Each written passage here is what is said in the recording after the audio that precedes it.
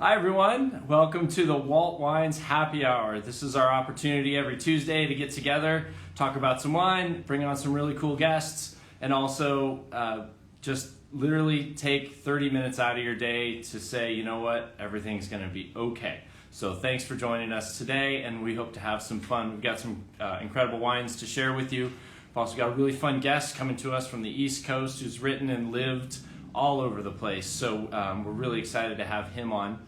Before I get started, I want to remind everyone that we have our Endless Summer special that is still going on throughout the month of August. We've selected some really incredible wines for Walt, as well as Hall and Baca, and you can check us out on waltwines.com where you can see all of those specials. They'll be good throughout the rest of the month, and we've got a couple wines in there that are just drinking terrific right now, superb, and also, of course, our rosé, which we'll talk about in just a bit, which is a perfect summertime drink, especially here in Sonoma where I'm sitting in our tasting room where we're open and we're sitting outside. It's a beautiful sunny day. We're in the high 80s. We're drinking rosé. We've got AJ literally in the corner over there outside serving a couple guests. So I do hope that you'll come see us, come visit us, and come enjoy a great bottle of wine. We also like to, just take a moment to thank all of those who are keeping us healthy, who are keeping us safe, who are keeping us fed. And I'm just going to add a note here, a quick shout out to everyone who's currently in the hillsides of the Vaca Mountains right now, fighting fires in the Napa Valley. Everything is clear. The Napa Valley is safe. We hope that you come see us. We've got some wildfires hanging out, but they're going to get control of those pretty soon. And for those of you who are concerned about those, just keep an eye on the news. We're going to be just fine, and we hope to see you very, very soon. But without further ado, I have a really incredible person that I just had an opportunity to meet shortly before this. He's an incredible traveler of the world. He's had more jobs than you can probably name, and for those, you can read his book. My guest today is David Goodwillie. He's a novelist, a memoirist, and a journalist. His recent book is Kings County. It's a wonderful story. It's a romantic story of Audrey and Theo in Brooklyn, and I hope that you'll check that out. Just released. It was just landed on the New York Times Editor's Choice list, so it's a terrific book that I'm just starting to get into. He also wrote a book about his odd jobs that he's had, it's called Seemed Like a Good Idea at the Time. It's hilarious. You should check that out for sure. And then he's also been very involved in the sale of memorabilia, and he's a baseball player, drafted by the Cincinnati Reds. So we're going to get into that in just a minute. But without further ado, he's hanging out. David, oops, sorry, that's not how you do this. David, are you out there? There you are. Hopefully you're coming to me all the way from the Catskills, I think, in New York, enjoying some wonderful weather out there in the trees. There you are. Jeff, how are you? I'm good, man. How are you doing? Very well, thank you. Thank you for that very kind introduction. Well, you have a big bio. So it's, like we could talk about you living in Bordeaux. We could talk about you living in Brooklyn. You've been all over the world. So thanks for stopping in today and for having a glass of wine with me. My pleasure. Yeah, I couldn't want to do anything more. I'm outdoors. I hope you guys can see me okay in the Catskills Mountains, and it's a perfect place to have a glass with you. Well, absolutely. So I want to share this glass with you if that's all right. So I've clearly already started a little bit, but it's the tasting room, so I just snagged the bottle out of the fridge. But I'm going to pass this all the way to New York if that's all right. Please do. So I'm coming down. Please do. Yeah, I got it right here. There you go. Thank you so much. Yours is so much colder than mine is. How'd that happen? Yeah. Well, I just I would say it was later out there, but it's earlier out there where you are, so you don't have an excuse. No, it's fine. It's fine. No, this is wonderful. Well, cheers. Well, cheers. Wonderful to meet you. Very nice to be here. Thank you. Exactly. So this is our 2019 rosé. It's made of Pinot Noir, and today is National Pinot Noir Day. So no better day to be hanging out and talking about wine than the national day that celebrates the grape. I know that you've lived in Bordeaux. Are you a fan of Pinot Noir? I am. I'm a bit more familiar with the Bordeaux wines, which are obviously a bit more of a blend usually than the Burgundies, which are Pinot Noir grapes. I love this rosé. It's dry, but it's fuller than a normal rosé almost. It's I haven't really tasted that much like it. It's wonderful. Yeah. Excellent. Well, I hope it's a nice bottle of wine. I don't know what the humidity is like in New York, but I know it can get a little. We can use almost any type of alcohol in New York right now, but yes, This this is is perfect. true. Yeah, you have survived everything. You lived right in the middle of it. So this is a rosé made of a Saunier method. So that means that we're bleeding the tank. So after all of the grapes are brought in, we take a few lots of Pinot Noir from various vineyards in California, and we allow the tank to settle. We start to gather color, but just before things get started with fermentation, we'll actually bleed a little bit of the tank, and so that's called Saunier in French. And that produces the wine with this really lovely salmon hue. And then we take it either to tank or to barrel. That's where you get a little of that textural element. I think that you're thinking about that fullness on the palate. And then obviously straight to bottle. So it has only a short window of time in tank or in barrel before we bring it across. Yeah, I have a quick question for you. Yeah, While for we're sure. talking about rosés and the color of wine. I don't think you guys make one, but in New York, orange wines are kind of sweeping through every restaurant wine list, and I know that has something to do with the skins of the grape as well.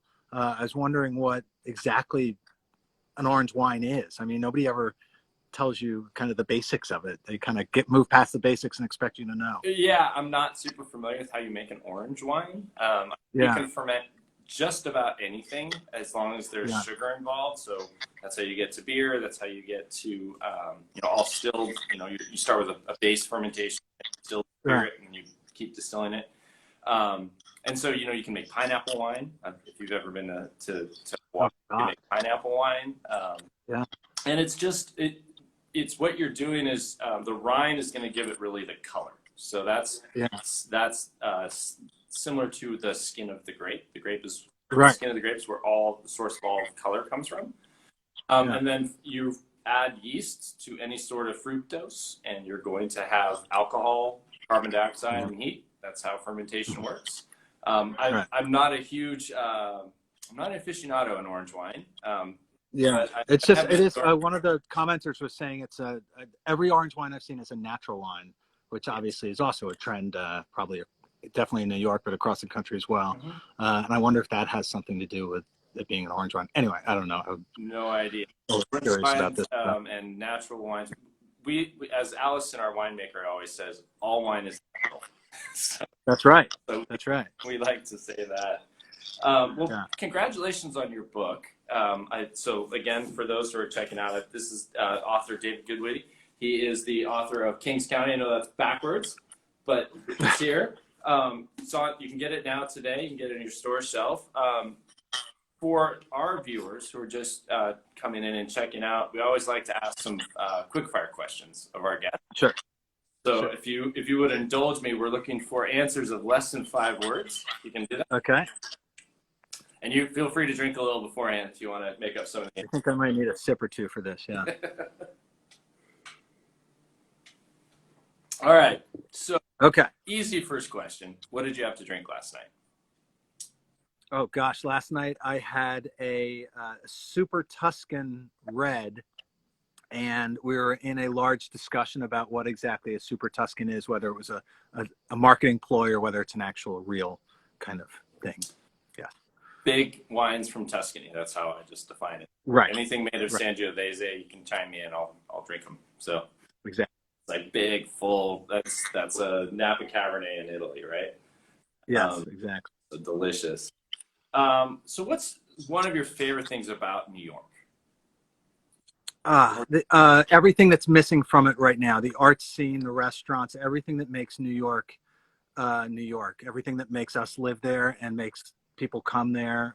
It's the really sad thing about New York is the lack of theater, the lack of rock and roll, the lack of just, all that stuff that makes the city right now. And it'll all come back, but right now it's not great. Yeah, no, I feel for you guys because you went through, you personally went through that, shutdown and then the fear, and you live in Brooklyn, and I know that was a scary place to be. My sister-in-law lived in Brooklyn, March, April period.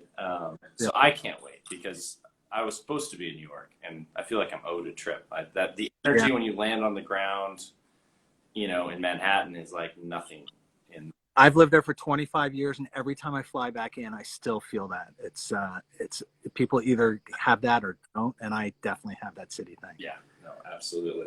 All right, so that was a long answer, but we'll keep moving. Right. So the Halper Collection is one of the greatest collections of baseball memorabilia that was, I forget his first name, was Mr. Halper.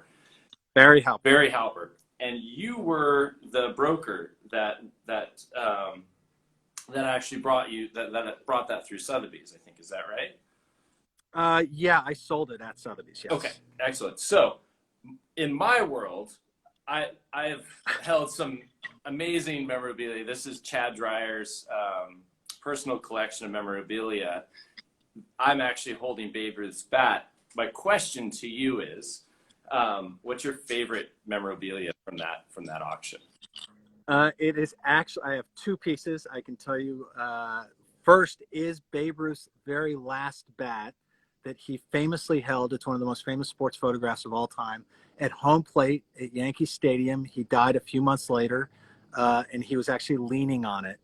He never hit with it. This is years later. And we sold that bat. Barry Halper, I know this is a bit of a long answer, was a part owner of the Yankees. And so he got all this game used stuff before it was a market that people bought and sold. People forever bought and sold baseball cards, but there was no market for the actual equipment and the game used stuff from magic moments of sports games.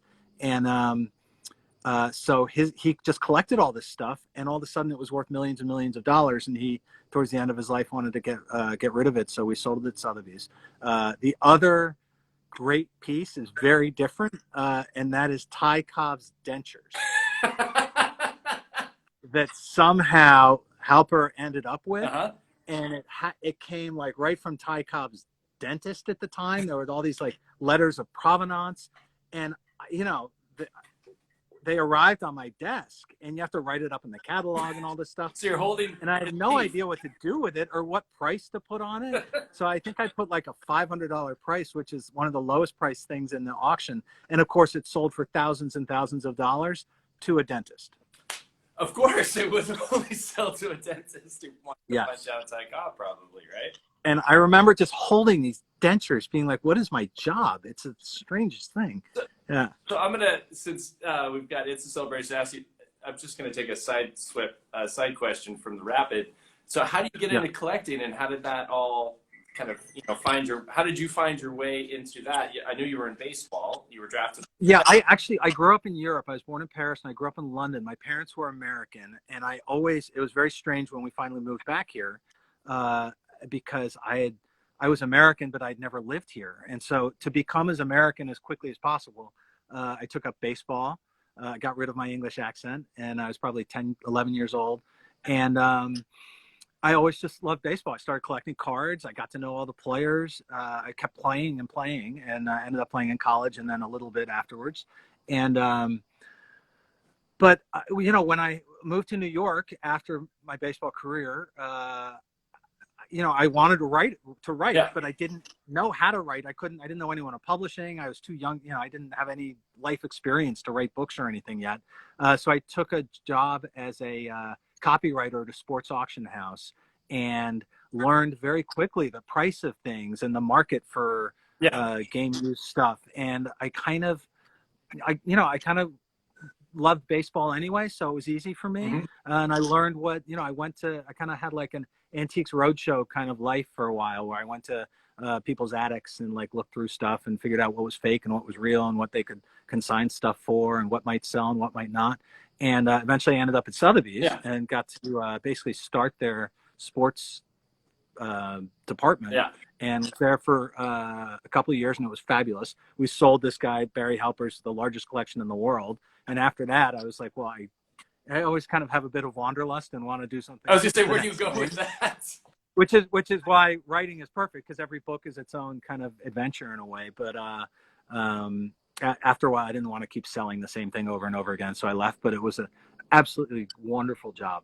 I loved Sotheby's. No, I think that, I don't know where you go after the largest memorabilia sale ever of baseball. So at that point, you got to go find something else to do. You got to do something else, So what book are you reading right now?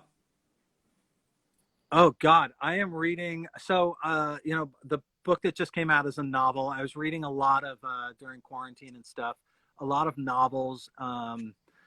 It's and then now that I'm kind of talking about my book a lot and talking about fiction a lot, I'm don't want to read fiction, so I'm actually reading a book about. You might not know, you're on the West Coast. This place called Action Park, which was in Vernon Valley, New Jersey, and it was if you lived in the New York area in the 80s and early 90s, it was this theme park, this Action Park, it was called, that had these rides where if you were a kid, you were like, these things aren't safe. They're very dangerous. Yeah. Like my friend flew off the Alpine slide into the woods. And Like it my was just kids. a part of like growing up in the tri-state area. Yeah. And then it turns out this guy comes out with a book, and he was the son of the owner. And it turns out that the park was massively unsafe. It was uninsured. All these people died. There were countless lawsuits. And everyone I know is like, well, of course, that makes sense. Yeah. Like, we all went there as kids and thought it was the craziest thing in the world. Amazing. Because there were no governors in the go-karts. There were no, it was just an insane place to grow up and go to. Yeah. And this book has come out, and all of us are reading it who grew up on the East Coast. Anyone who ever went there, and it's like, I don't know if it's a bestseller, but it's selling a lot of copies. And the guy is hilarious, and it's called Action Park, the book, and it's just fabulous. It's great. I was going to say, that sounds like my kid's dream. I mean, I know it was my dream as a kid, but right. And I think all the parents are horrified that that was actually the case. Yeah. That this park they were sending everyone to is massively unsafe. But it's kind of the opposite of literature, which when you write literature is sometimes a nice thing. Oh, very good. All right. Well, I mean, I think we're all looking at in this time, like, I remember those months of anything that I could have done to take me out of reality and to get me into some sort of fantasy world. So I mean, I was reading a lot of fiction. I was watching a crazy amount of Netflix. It didn't matter what it was, if it was real or not. Yeah. So that's a fun story though about old parks, like the slide in San Francisco, the one that the kids only know about, and it's not safe. Yeah, you expect everything. You just expect everything in this day and age to be safe, right? If you go to an amusement park, you expect the rides to have been inspected. You know, and to think that this guy was just like putting the stuff, constructing it himself with no management, no one from the state coming to inspect anything. Totally. And we're all going there, and you just assume that it's okay. Like it's kind of great. Not great, but not great. Great to read about. Hopefully not many people died. I don't know. Yeah. Well, so back to your New Yorkers, you were just talking about crazy parks. So I know you've escaped the New York heat right now. You're in the Catskills, but is it Montauk, the beach, or is it upstate where you're at well, as a writer, certainly financially upstate is the better, is the only choice of the two.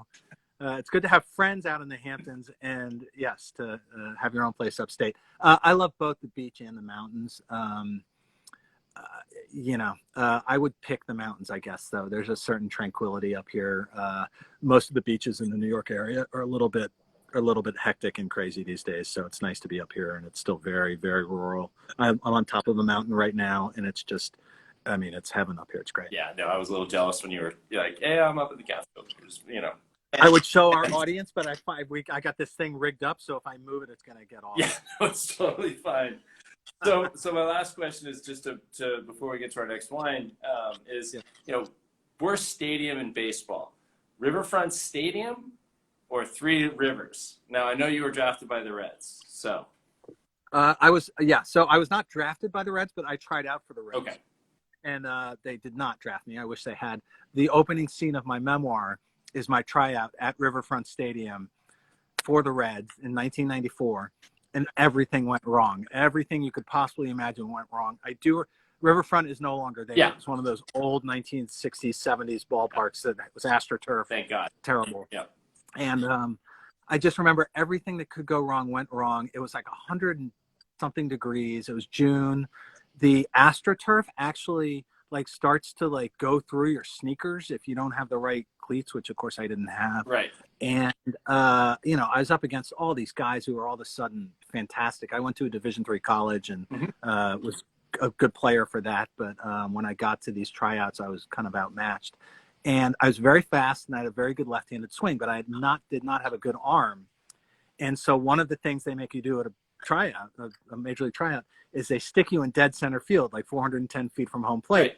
And they're basically like, just throw it home. And I'm like, oh my God, this is the worst thing that could happen to me. So you get 3 throws.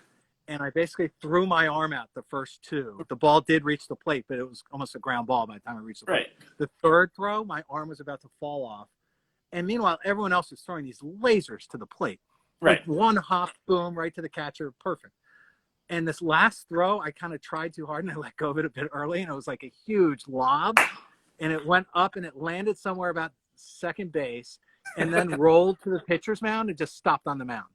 And there was this silence in the stadium. Like everyone just felt awful or just like looked down at their feet. And I was like, this is the worst. This is the worst moment of my life right here. This is it. I know it. And if I ever get asked this question, this is the moment. So needless to say, I did not get drafted. I did get drafted, but not by the Reds. Yeah. Well, I mean, you made it into I don't know if you made it to the show, but you made it into the program, right? You were. Yes, that's true. And so to answer your question, it would be Riverfront Stadium is my least favorite. I'll take that from you then. I'm not really sure how it would get worse for you. It was the worst stadium in baseball, hands down, in the 80s. I think so. I think that's right. It was from what I understand, it was concrete and just a tarp of grass. And you could have probably bowled the ball from 410 feet in center field and beat a runner because it's like, it must have hurt to play. And I can't imagine playing that. Exactly. Yeah. Well, I'd like to pour you another glass of wine, if that's all right. Sure. Okay. Let's do it. Thank you for all your stories, by the way. These are some great stories. And plant. Well, there's stories I don't usually get to tell on the normal book tour, the virtual book tour that I'm currently on. It's much more about writing, so this is a lot of fun. Yeah, cool. Right on. Well, I'm happy to talk about any direction we go. So this is a wine called Pepe. So this is from the Santa Barbara area. If you're familiar, if you've been down to LA. So I'd like to pass you a bottle of Pinot, if that's okay. Sure, absolutely. Right, ready? Here it goes. Yeah. And got it. For the record, thank you so much. You're really good at this internet pass. I'm getting the hang of it. Yeah. So this is a wine from the Pepe's Vineyard. We actually farm it, so it's our estate. But it's owned by Kathy and Stephen Pepe. They're wonderful people. They were attorneys, and they actually started this vineyard. They started their life in Vineyard when they were living in Long Beach. They had a little area outside their house, and they planted a vineyard, and it had a wall, so a clos, right? You've been to France, and they called it Clos Pepe.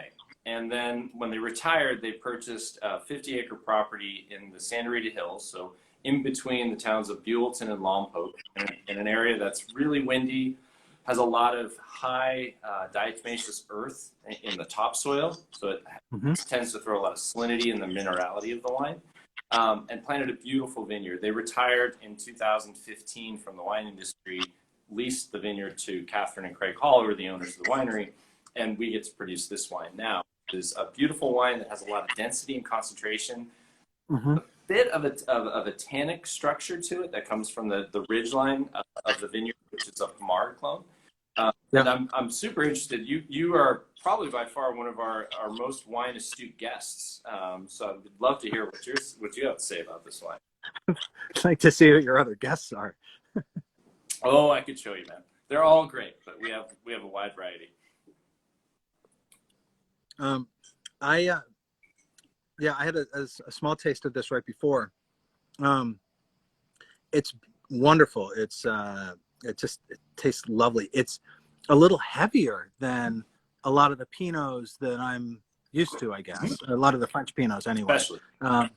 It's almost like somewhere between a Bordeaux and a Burgundy, if we're talking about French wines or something. But it's a really, I wouldn't describe it as light, even though it's a Pinot.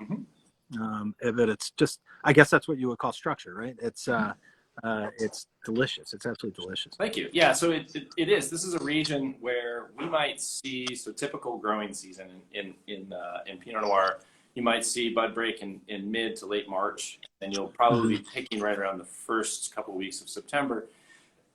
In that period of time, it's usually really cold, especially in the northern parts of California and Oregon. And so you won't see a lot of maturation of the vine. In the Southern California region, you actually get it right off the bat. So you'll have bud break, you'll have clusters set, and then we'll have this very long period of maturation of the vine. And that allows us to really start to develop flavor profiles. And then in addition, because we can, continue to develop the grape on the vine, you get more tannin in the grape. It's a little thicker. It's beaten by the wind a lot, so the grapes have to be a little hardier. It also lends itself to a more rustic style of Pinot Noir. You can get a little bit of that funk in the palate. Yeah, and, very much so. And we've actually done a new treatment actually for our fermentation, where we're fermenting concrete, which allows us to really have a very seamless, supple mid palate, and that does bring concentration to the wine. So I think that's, all the things you were saying, you're getting it. I think you got it. Yeah. Go to Santa Barbara, shall we? That's right. I'd love to. Yeah, totally, I would too. I need a big sandy beach. So I did want to give you a chance to talk about your book. So this is Kings County, and David Goodwillie is with us, and he's the author. It's a love story. It's about Audrey and Theo, and wanted to see if you wanted to have a couple minutes, and I had some interesting questions about it. Yeah, sure. Just really quickly, it's a love story set in Brooklyn. Kings County is the official name of the borough of Brooklyn, which a lot of people don't know. Yep. Even people who live there, until they get their jury summons from the Kings County courthouse and they figure it out.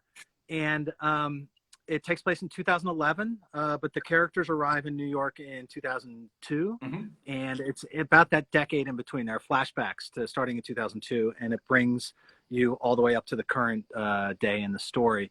And that decade in Brooklyn was, especially in North Brooklyn, where the neighborhoods of Williamsburg and Greenpoint and Bushwick, was a very specific and kind of incredible moment in music, where indie music, what we would call kind of bands like the Strokes or Interpol or TV on the Radio, or all these bands that kind of predated hip hop a little bit in terms of, hip hop's kind of taken over the world. But before that, there was indie music, and it was between the alt of the 90s and the hip hop of today. And it was a very geographic movement, and it felt like almost every band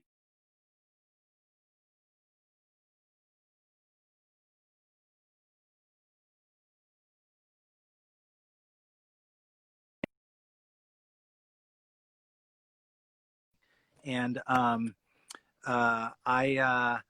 went, and I love music, and I just always knew I would write about it. It's something that happened in America, it seems, once a decade, starting in the 50s in Nashville, like the 60s in San Francisco, Haight-Ashbury, the 70s in Laurel Canyon in LA, the 80s in Detroit, the 90s in Seattle. Yeah, you can almost pinpoint these movements, these artistic movements. I think this was the last one, because then everyone started making music on their computers. So it might not be as a geographically based thing.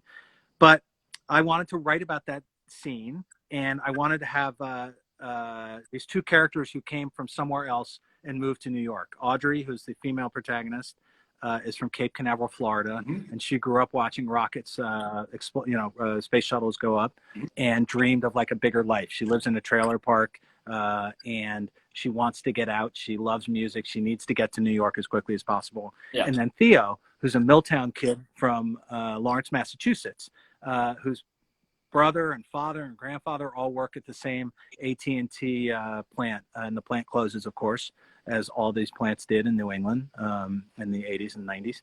And he gets a scholarship, goes to college. He grew up reading. He's a football player. He gets a football scholarship, but he finds the larger world through books, and he wants to move to New York and work in books somehow. Okay. And they both do, and they both struggle for a long time when they get there. New York is a very unforgiving place sometimes, and it takes them a long time to get on their feet. They find each other. It's a very unlikely love affair. Audrey is extremely outgoing, and she gets along with everyone. She's kind of the cool girl. Theo is like antisocial, kind of awkward, even though he's a big guy, and yet they fall like desperately and madly in love. But something from Audrey's past, her years of struggling in New York, comes up and threatens their relationship, and that's the plot of the book. And I won't spoil the plot from there, but it is a mix of a kind of a real character-driven novel and a kind of a plotty. I mean, there's a murder, suicide mystery in Yeah, it. There's all kinds of stuff plot-wise that happens. But I always like writing on that thin line between really, strong character development and literature, what you would call literary, and kind of a more, I want a book to keep moving too. I want you to turn the pages. I don't want to, write flowery stuff that doesn't have a kind of reason to be. And so I just, I had these characters envisioned, and they were very sharp in my mind, and I just kind of let them go where they might, which is actually a thing in writing. You don't need to know the end of the book when you start it as a writer. And I never do. It's my third book.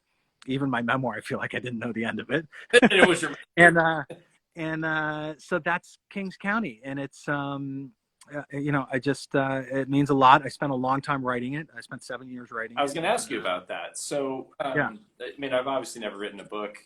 Wine takes 3 years to make, so I can't imagine working on a project for 7 years. Right. I should get into the wine business. I could just speed up your process. I could make twice as much wine the time it takes to write a book.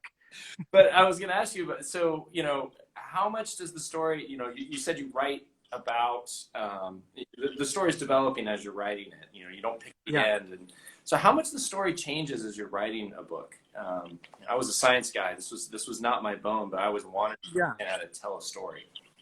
Well, just really quickly, every writer has a different way of doing things. Some writers plot out every single chapter right to the end of the book. They know exactly what's going to happen. It's a much more scientific kind of way to write. Some writers write all day, like it's a day job. Other people, get stoned and write all night, and that's how they write it. But like there's no way to do it. For me, I don't like to know what the ending is going to be, and I can't in my mind get there anyway. Like I have to just take it one chapter at a time a bit. I do have to know my characters. I have to know who they are. I have to know well enough that how they would react to certain situations, any situation, and I take it from there. And I kind of go chapter by chapter. Obviously, I don't, I kind of have an idea of the next, of where I want the book to go, but I don't know where it's going to ultimately end up. There's a famous writer's quote that's attributed to the novelist E.L. Doctorow. And he says, writing is a lot like driving at night. You can only see as far as the headlights, but you can make the whole trip that way. And I very much feel like that's how I write. And you have to have it helps to have written a book or two to know that you can get to the end. Right. Confidence-wise. Yeah. But it's a great way for me to write, and that's what works for me. I mean, I love the analogy of, we don't know what the Earth's going to give us and what Mother Nature's going to do to us every year. We just have to write the story that we know what we're doing, and we're going to get there to the finish. We're almost there now. We're looking at harvest probably in the next couple weeks. So it's a book that we write every year, though, as opposed to putting together a masterpiece. If only I could write a book once a year. Yes. Well, I wanted to see if you had any questions. You've been very generous with your time, and this 30 minutes went by really, really fast. So if there's anything you wanted to say to those who are joining you today, or to your fans who are out there, I always like to guess a little bit. Yeah, I mean, if you do, it's a weird time we're all in. I know the book world is kind of, it's a very strange time, and a lot of people are reading, but on the other hand, a lot of bookstores are still closed, and obviously we're doing virtual events instead of real bookstore events and all that stuff. If you are interested in literature, it's in New York, in character-driven fiction. I would encourage you to buy the book, obviously. Right. Support your local bookstores, I would say, please. Like they're just hanging on. There's a great site called bookshop.org. Nice. Which is a kind of all the local bookstores in the country, all the independent bookstores are selling through there. It's a great way to buy a book. I'd appreciate the support. The book came out 2 weeks ago. As you nicely said, it got a very nice review in the Times, which we all could need. We all need that. It's like the last standalone book review in the country. Yeah. But it's I really hope you enjoy it if you get a chance to read it. Yeah, I'm looking forward to finishing it. I won't steal anything. So this, Well, it took me a long time to write it, so I don't mind if it takes somebody a long time to read it. That's fine. I just got to get harvest on the other side of harvest, and we'll have a lot of time. Exactly. So, Exactly. anyway, this is David Goodwillie. He's the author of Kings County. You can check him out, davidgoodwillie.com. Wanted to thank you for coming on the show. We didn't even get into your time in Bordeaux, your time that you spent in traveling, Well, the hundreds of jobs that you had before you wrote that first book. So I guess we're just going to have to do this again, or you're going to have to come to Sonoma and Napa. I can't wait to get out there, believe me. Yeah, well, excellent. Yeah. Well, thank you, David, and just everyone who's we will be on tomorrow. Catherine Hall has Shep Rose in the group from Bravo's Southern Charm. So we're going to go from literary genius to Bravo's realities. And then Friday we have Lindsay Shukas, who's a friend of yours, I know, and highly recommended you. Thank you for coming on. You were great today. She will be on with a project she calls Women Work Effing Hard. And so we're very excited to have Lindsay back on the show with Catherine Hall. Thank you so much, David. Everyone, check out our summer sales that we have on our website. Be good, be kind, be healthy, and sip up. Great. Jeff, thank you so much. And thanks to Walt and Hall Wines for having me. And I can't wait to keep sipping this stuff. It's wonderful. Perfect. Have a great night. Thanks, David. Cheers. Appreciate it. Thank you. Anytime.